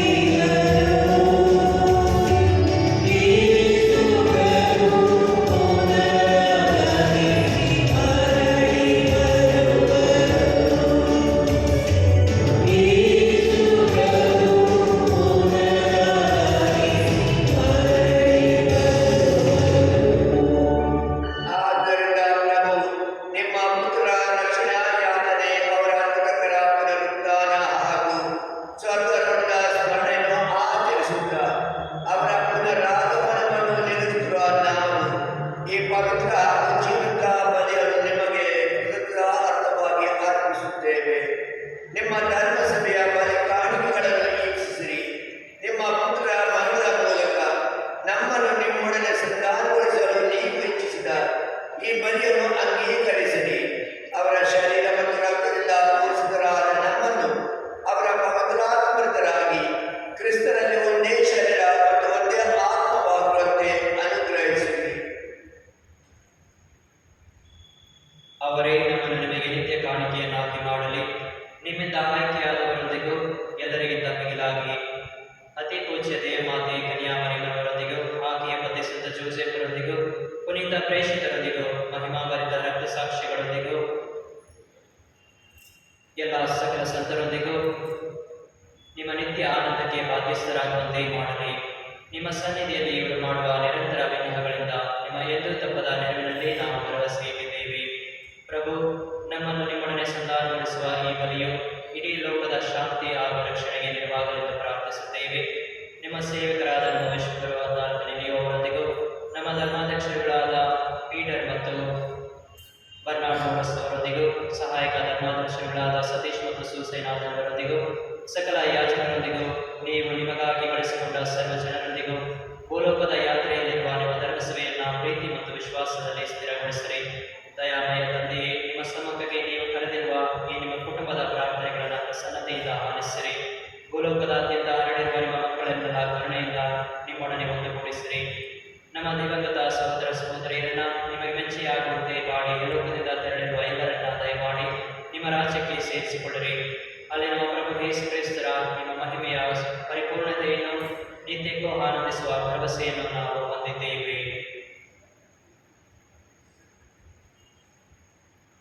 ಅವರ ಮುಖಾಂತರವೇ ನೀವು ಲೋಕಕ್ಕೆ ಸರ್ವ ಒಳಿತನ್ನು ಅನುಗ್ರಹಿಸುತ್ತೀರಿ. ಇವರ ಮುಖಾಂತರವೂ ಇವರೊಂದಿಗೂ ಇವರಲ್ಲಿಯೂ ಸರ್ವಶಕ್ತ ತಂದೆಯಾದ ದೇವರೇ, ಪವಿತ್ರಾತ್ಮರ ಐಕ್ಯದಲ್ಲಿ ಸರ್ವ ಗೌರವವೂ ಮಹಿಮೆಯೂ ಯುಗ ಯುಗಾಂತರಕ್ಕೂ ನಿಮಗೆ ಸಲ್ಲಲಿ.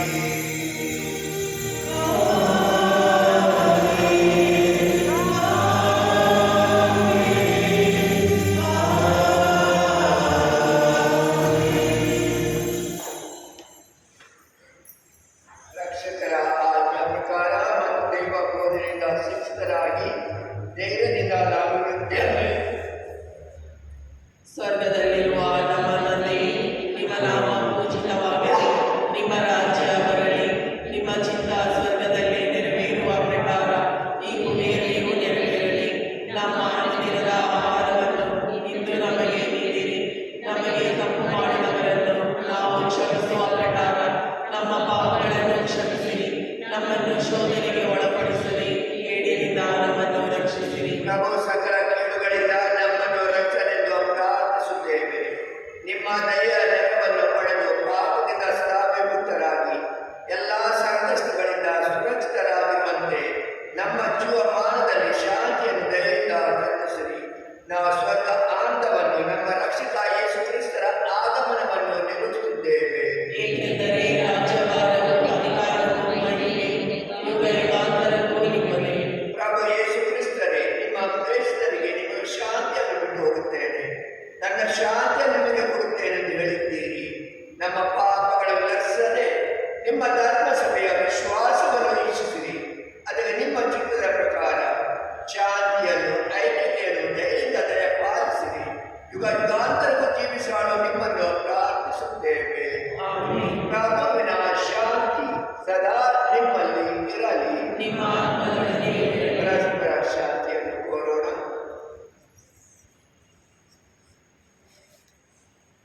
ಲೋಕದ ಪಾಪಗಳನ್ನು ಪರಿಹರಿಸುವ ದೇವರ ಕುರಿಮರಿ, ನಮಗೆ ದಯ ತೋರಿ. ಲೋಕದ ಪಾಪಗಳನ್ನು ಪರಿಹರಿಸುವ ದೇವರ ಕುರಿಮರಿ, ನಮಗೆ ದಯ ತೋರಿ. ಲೋಕದ ಪಾಪಗಳನ್ನು ಪರಿಹರಿಸುವ ದೇವರ ಕುರಿಮರಿ, ನಮಗೆ ಶಾಂತಿ ನೀಡಿರಿ.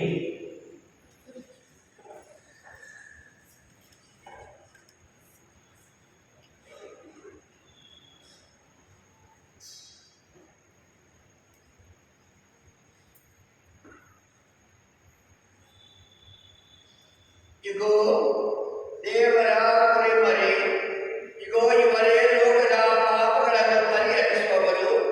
ಕುರಿಮರಿಯ ಭೋಜನಕ್ಕೆ ಆಹ್ವಾನಿತರು ಭಾಗ್ಯವಂತರು. ಪ್ರವೇಶಿಸಲು ನಾನು ಪಾಪಗಳೆಲ್ಲ, ಆದರೆ ತಾವು ದೇವರ ಮಾತನ್ನು ನೀಡಿ ನನ್ನ ಪಾಪವು ಸ್ವಸ್ಥವಾಗುವುದು.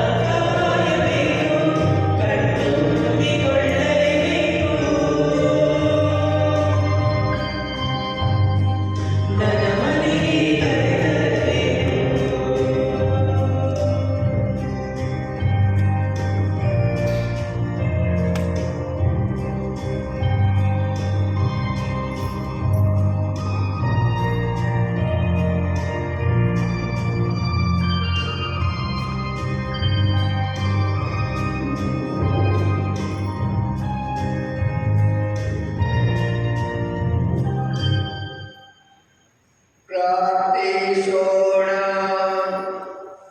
ಪ್ರಭು, ನಿಮ್ಮ ಈ ಪವಿತ್ರ ಕುರಿತುಗಳಿಂದ ಪೋಷಿತರಾಗಿದ್ದೇವೆ. ನಿಮ್ಮ ಪುತ್ರ ಮರಣದ ಮೂಲಕ ನಾವು ವಿಶ್ವಾಸವನ್ನು ನಿಲ್ಲಿಸಲು ಅನುಗ್ರಹಿಸಿದ್ದೀರಿ. ಅಂತೆಯೇ ಅವರ ಪುನರುತ್ಥಾನದ ಮುಖಾಂತರ ನೀವು ಕರೆದಿರುವೆಡೆಗೆ ನಮ್ಮನ್ನು ಮುನ್ನಡೆಸಿರಿ. ನಮ್ಮ ಪ್ರಭು ಯೇಸು ಕ್ರಿಸ್ತರ ಮುಖಾಂತರ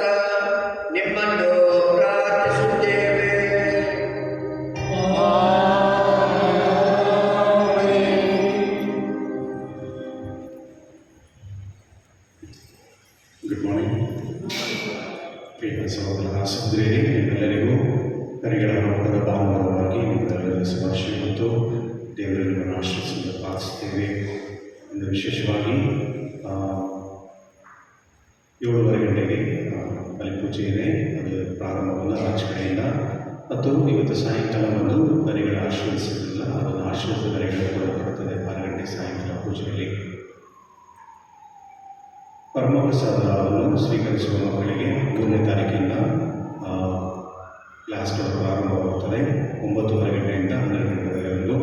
ಯಾರೆಲ್ಲ ಮಕ್ಕಳು ಬಂದು ಅವರ ಹೆಸರುಗಳನ್ನು ನೋಂದಾಯಿಸಬೇಕು ಅಂತ ಇಷ್ಟಪಡ್ತೀರೋ ದಯವಿಟ್ಟು ಹೆಸರುಗಳನ್ನು ಆಫೀಸಲ್ಲಿ ಕೊಡಬೇಕಂತ ಕೇಳಿಕೊಳ್ಳುತ್ತೇನೆ.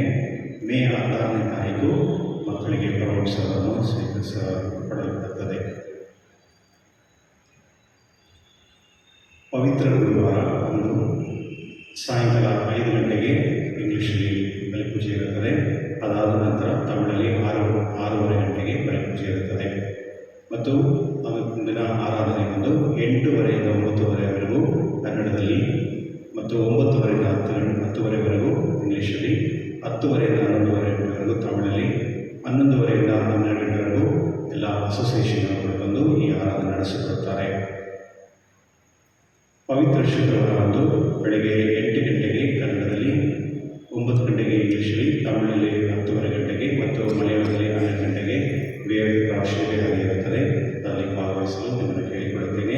ಮತ್ತು ಅಂದಿನ ದಿನ ಸೆಂಟ್ ಫಿಲೋಮಿನಸ್ ಹಾಸ್ಪಿಟಲ್ಗೆ ಬಂದು ಫ್ರೀ ಬ್ಲಡ್ ಟೆಸ್ಟ್ ಎಲ್ಲ ಮಾಡ್ತಾರೆ 7:30 ಗಂಟೆಗೆ. ಯಾರಾದರೂ ಬಂದು ಇದರಲ್ಲಿ ಭಾಗವಹಿಸಬೇಕು ಇಷ್ಟ ಇದ್ದರೆ ಭಾಗವಹಿಸ್ಬೋದು.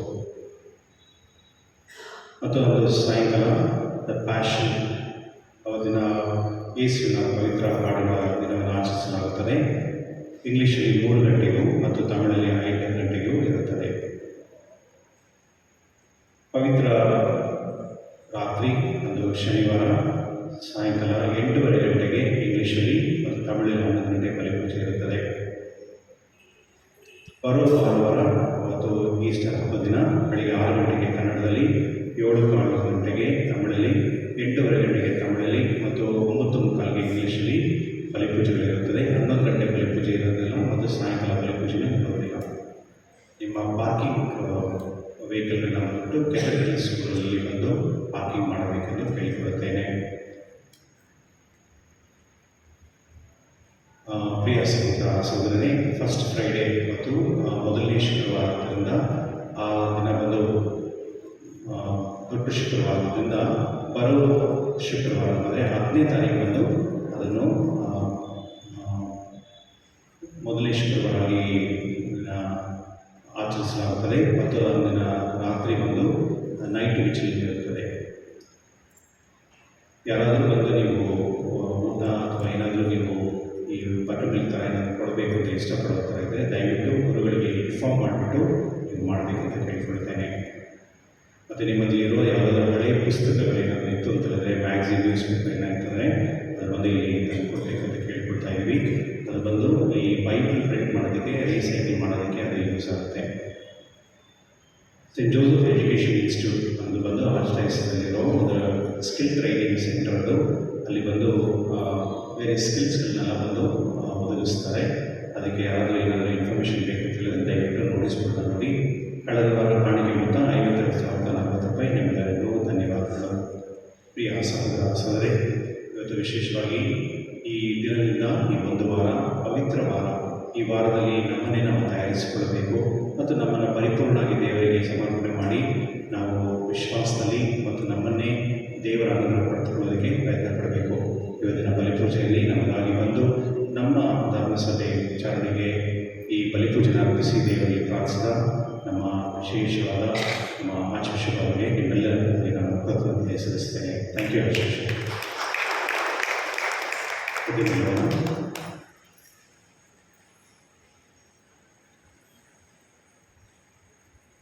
ಪಾಪ ನಿವೇದನೆಗೆ ಬಂದುಬಿಟ್ಟು ಮಂಗಳವಾರ ಮತ್ತು ಬುಧವಾರ ಸಾಯಂಕಾಲ 6:30 ಗಂಟೆಯಿಂದ 9:30 ಗಂಟೆವರೆಗೂ ಪಾಪ ನಿವೇದನೆ ಕೇಳಲ್ಪಡುತ್ತದೆ. ಒಂದು ವೇಳೆ ನೀವು ಏನಾದರೂ ಎಕ್ಸ್ಟ್ರಾ ಪಾಪ ನಿವೇದನೆ ಮಾಡಬೇಕಂತ ಹೇಳಿದ್ರೆ ಗುರುಗಳಿದ್ದಾರೆ, ನೀವು ಯಾವಾಗ ಬೇಕಾದರೂ ನೀವು ಬಂದು ಪಾಪ ನಿವೇದನೆ ಮಾಡಬಹುದು. ಪ್ರಭು ನಿಮ್ಮೊಡನೆ ಇರಲಿ. ನಿಮ್ಮ